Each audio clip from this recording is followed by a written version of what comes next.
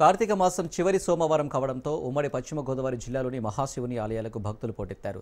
పాలకులలోని క్షీరరామలింగేశ్వర స్వామి ఆలయం భక్తులతో కిటకిటలాడుతుంది. తెల్లవారుజాము నుంచి భక్తులు ఆలయానికి పోటెత్తారు. కార్తీక స్నానం ఆచరించి స్వామివారి దర్శనం కోసం క్యూ కట్టారు. ఆలయ ప్రాంగణంలో దీపాలు వెలిగించి భక్తులు పూజలు చేస్తున్నారు. పెద్ద సంఖ్యలో భక్తులు తరలి రావడంతో ఓం నమః శివాయ పంచాక్షరి మంత్రంతో ఆలయ పరిసరాలు మారుమ్రోగుతున్నాయి. సుదూర ప్రాంతాల నుంచి వచ్చే భక్తులు త్వరితగతిన దర్శనం జరిగే విధంగా ఉచిత దర్శనం, శిశు దర్శనాలు ఏర్పాటు చేసినట్లు ఆలయ అధికారులు తెలిపారు. భక్తులకు ఏ విధమైన ఇబ్బందులు లేకుండా అన్ని సౌకర్యాలు ఏర్పాటు చేసినట్లు ఆలయ అధికారులు చెప్పారు.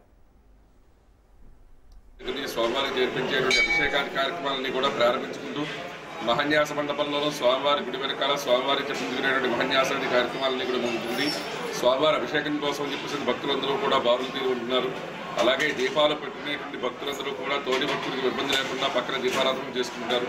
అలాగే ఈ 3 వారాల్లోనూ నోములు నోచుకునేటువంటి వ్యక్తులు ఎవరైతే ఉంటారో వాళ్ళందరూ కూడా ఇవాళ కార్తీక నోములు అన్నీ కూడా నోచుకుంటూ స్వామివారికి అపార